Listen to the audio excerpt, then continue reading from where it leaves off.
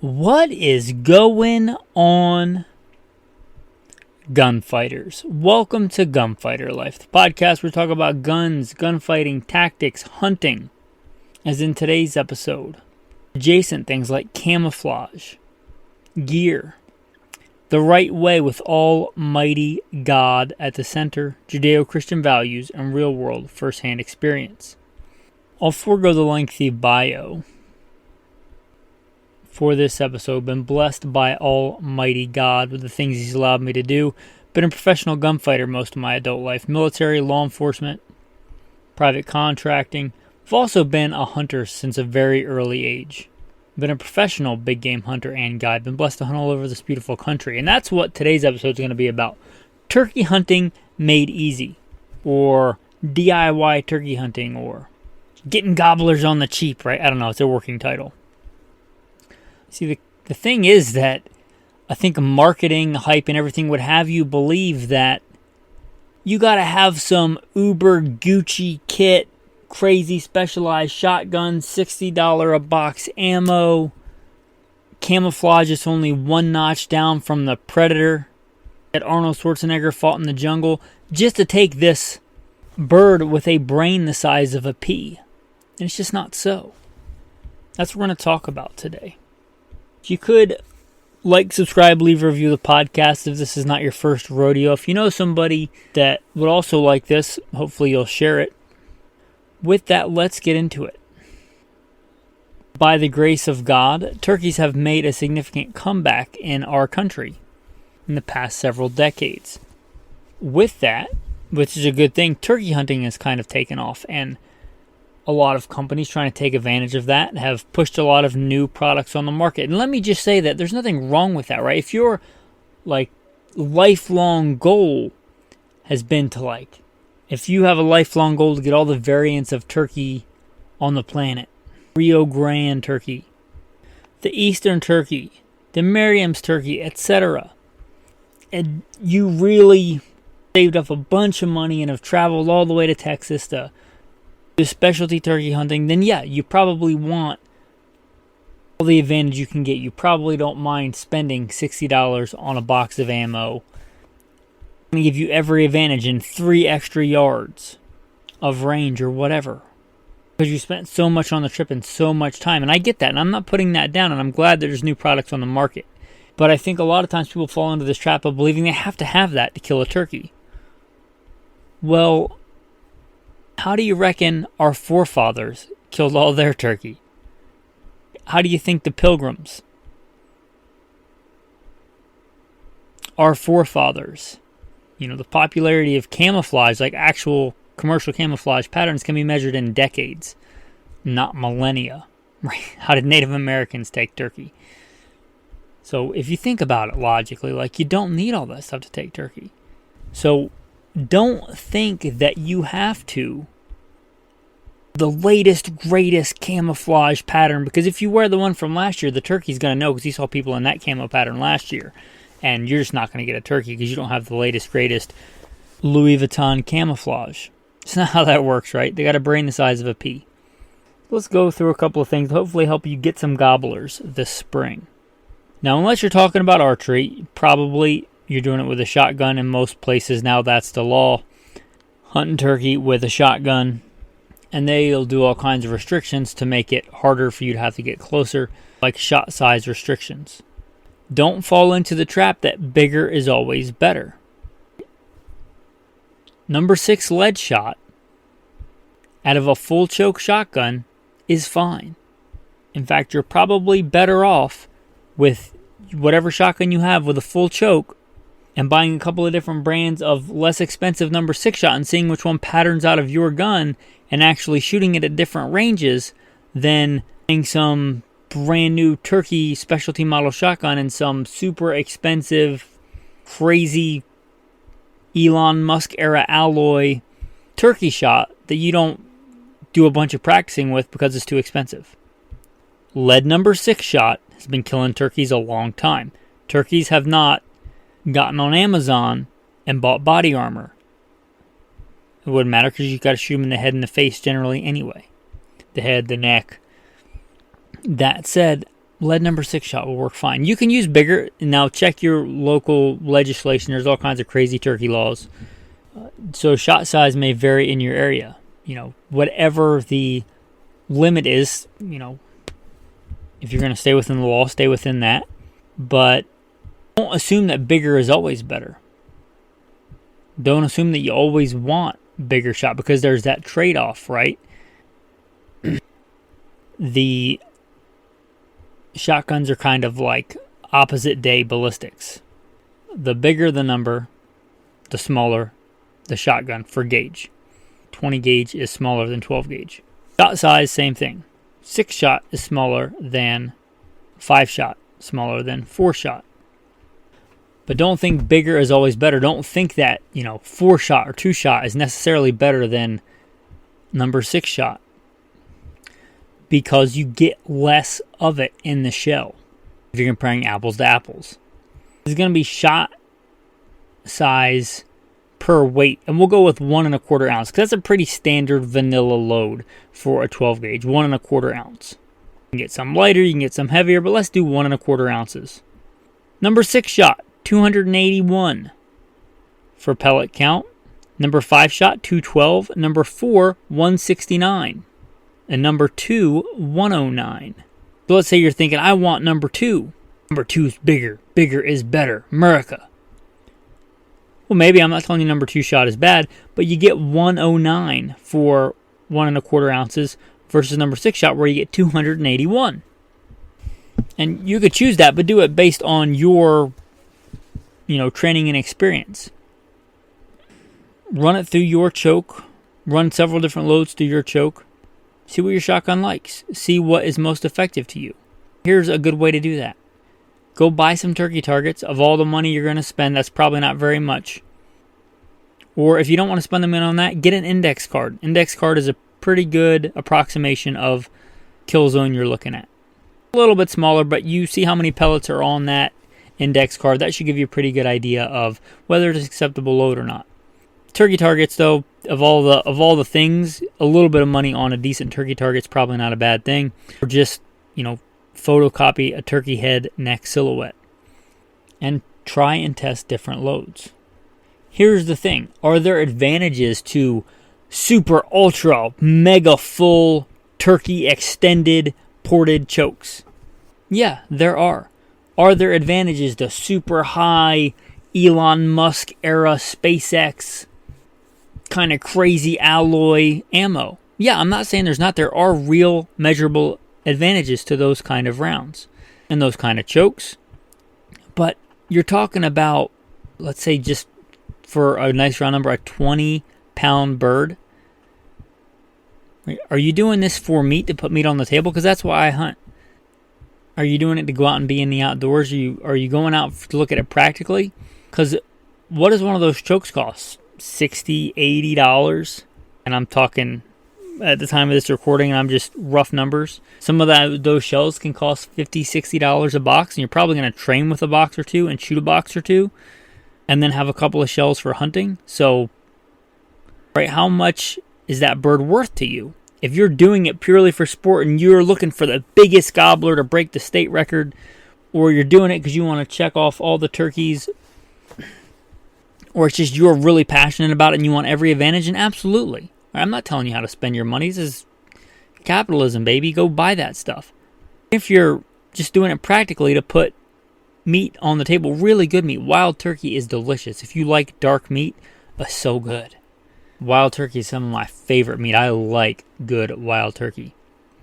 If you're doing it for the meat, what? How much is that meat worth? So look at it that way. And again, don't think that you can't with, just, you don't even need a full choke, but most shotguns today come with interchangeable chokes. A lot of the older shotguns have full chokes. So don't think that you can't kill a turkey with a full choke, number 6 shot, number 5 shot, 4 shot, 2 shot, whatever you want. It's regular old shot out of a full choke. Now, caveat, some places I think may have legislation where you have to hunt turkey with steel shot or non-toxic shot. Like you can shoot a person with lead shot, that's okay, but you can't shoot a bird with it. If you live in one of those places, just know that steel shot plays by different rules. Steel shot's going to be your most affordable, non-toxic option usually. Some of the other stuff can get pretty spendy. And just also know if you're shooting steel shot, be very careful because you cannot shoot it through every shotgun, through every choke. Make sure that steel shot is okay. A lot of those older shotguns, don't chance it. And through some tighter chokes, you can't use steel shot. So if you have to, you got to do your due diligence on that. Next, there are all kinds of specialty models of turkey shotgun, and I really like turkey shotguns. In fact, I think for a good crossover, tactical, practical hunting defense shotgun, they're really good. I like them better than your average wing shooting shotgun, actually, unless I'm just doing wing shooting. I think they're even, assuming they have interchangeable chokes, and most shotguns today do, I would even take that as a deer shotgun for a more traditional, like 28-inch vent rib, bead-sighted shotgun. So for defense, I would take a turkey shotgun, not with turkey shot, double-aught buck or whatever, number 4 buck, not number 4 shot. A turkey gun versus, again, a 28-inch vent rib classic barrel shotgun. Not that that wouldn't work too. If you're asking me, I would rather have the turkey shotgun. I would rather have the tactical shotgun, but you get the idea. It's a good trade-off. I like turkey shotguns. That said, if you want a turkey shotgun, rock on, man. Get a turkey shotgun. I'm not going to fault you for that. But don't think that you need a turkey shotgun to kill a turkey. The turkey is not going to say, well, I was going to get shot in the face, but that's not a turkey model. That's a tactical shotgun. And you can't shoot a turkey with a tactical shotgun. Everybody knows. Right? That's not how that works.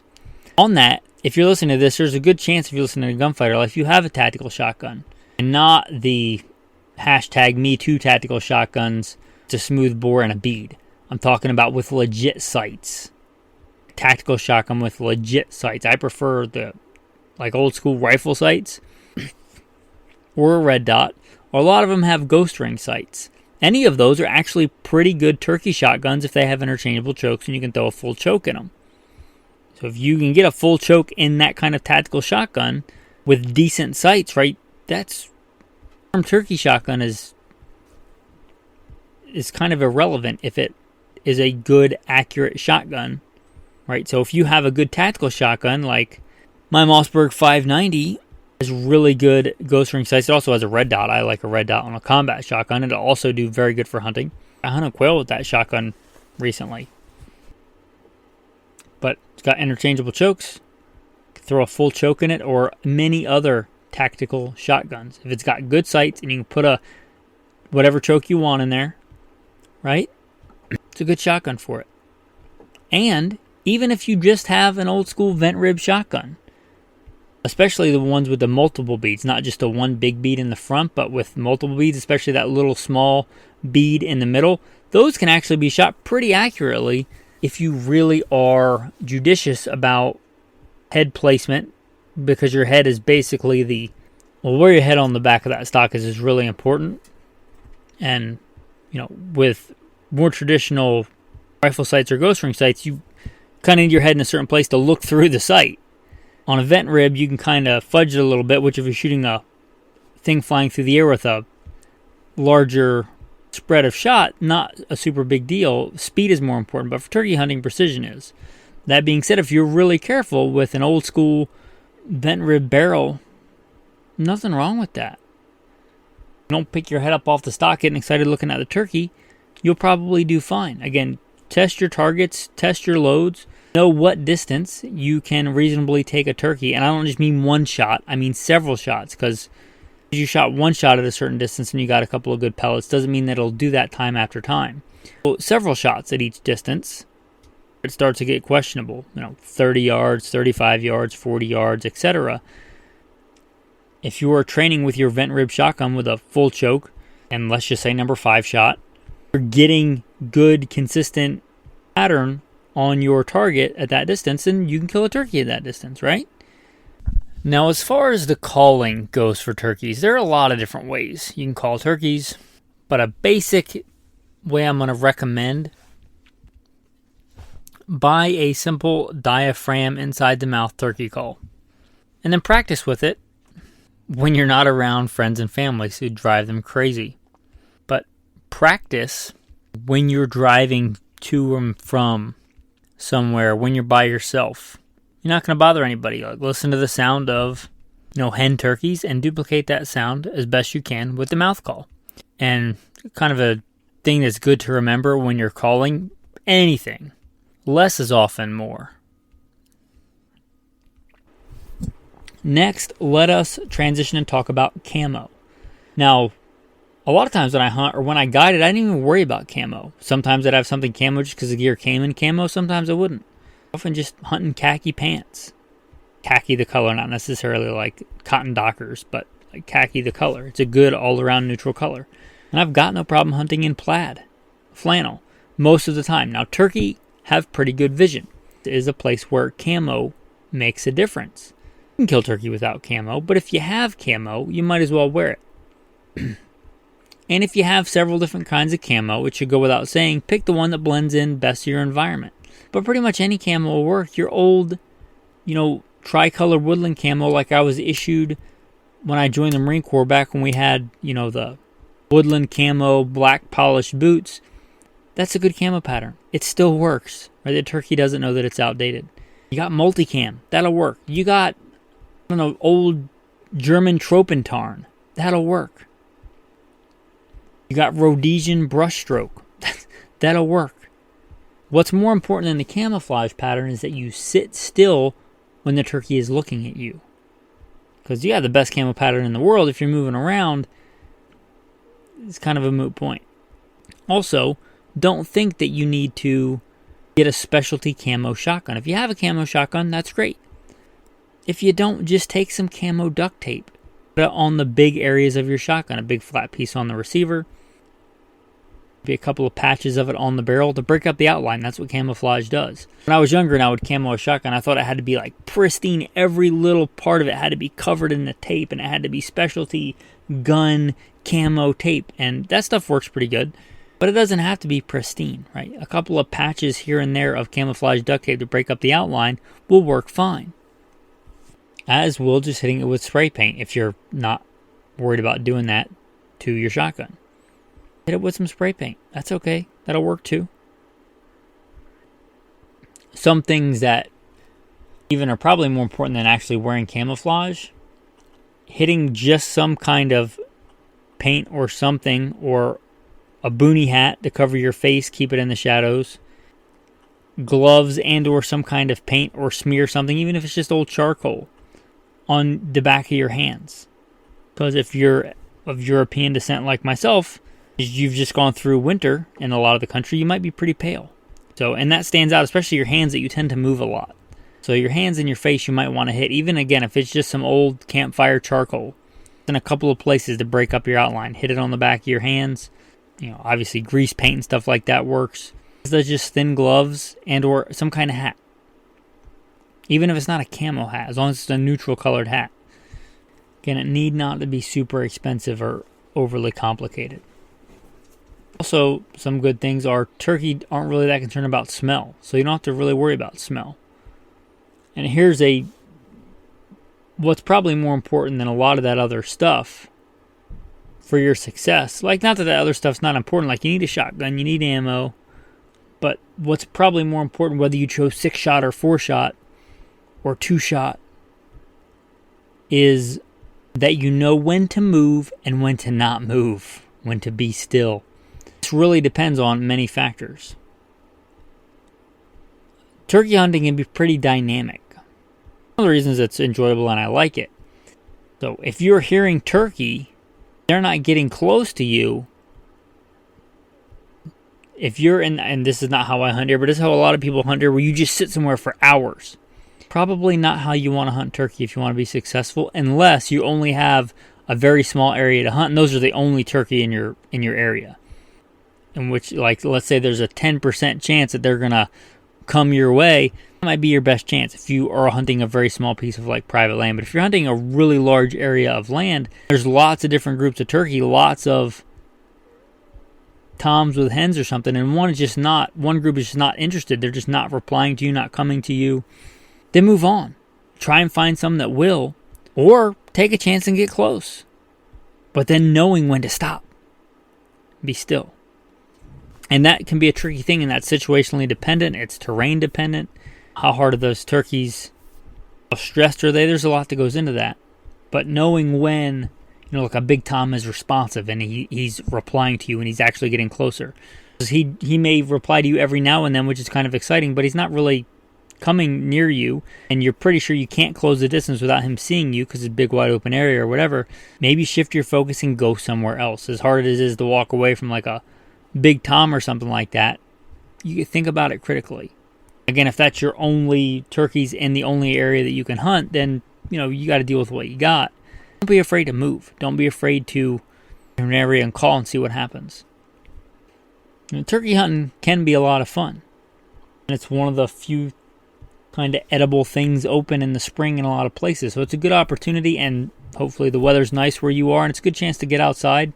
And I guess that was a main focus of this is, if you want to go turkey hunting, I want you to go turkey hunting. Don't feel like you need all the Gucci kit and to spend a bunch of money, or there's some super secret code you got to crack to get a turkey. You got a brain the size of a pea.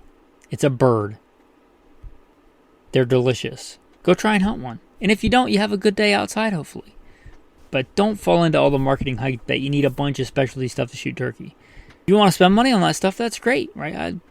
I like cool kit too, but don't think that you need it to hunt turkey. It's a fun, enjoyable kind of hunting that now, thankfully, is in a lot of areas of the country. Well, hopefully this helped. Appreciate you guys. Appreciate all that you do. Tactical tip of the day. They make that. Now, tactical tip of the day, they do make some pretty specialty, just for guns, camo tape. And that's fine if you want to spend the money on that. It's going to be on there for a long time or whatever. You're just going to put it on there for a couple of weeks of hunting, and you just want something on there to break up the outline. I mentioned the camo duct tape. That works decent too. I have that on some of my guns. But also, go to like ranch supply stores, some kind of farm supply store, stuff like that. Horse ankle wrap comes in all kinds of colors. Sometimes you can find it in camo. And it's suspiciously similar to that specialty kind of stretchy cloth gun tape. And it can be far, far cheaper. Couple of wraps around the stock, couple of wraps around the forend if it's a semi-auto, don't interfere with the function of the gun. Couple of wraps around the barrel if it's not a vent rib, if it's like got sights and it's not going to interfere with your sight picture. Couple of wraps of that. Cheap, it's easy, it's self-adhesive but not really sticky adhesive, so when you're done you just cut it off. No big deal. It's cheap, it's affordable. So cheap, it's ankle wrap for horses, it's not expensive. So, you've got some brown boots or some black boots that you want to hunt in. After you lace them up, a couple of wraps of that around there, now you got camo boots. Cheap, easy, also pretty matte, so it doesn't really reflect. It's probably even more matte, like less reflective of light than duct tape. So that's a good tactical tip there. Your tactical verse of the day. Verse of the day, glory in tribulation, knowing that tribulation produces perseverance, and perseverance character, and character hope. Now hope does not disappoint, because the love of God has been poured out in our hearts by the Holy Spirit who was given to us. Comments on that. Think of great men that we kind of look up to. Probably not because they had an easy life, right? Probably not because everything just smooth sailing, plain vanilla, lukewarm life. Like many of the men we admire, all the ones I can think of, did hard things. Trials, tribulations, they produce character and character hope. Thanks for listening, and have a blessed day.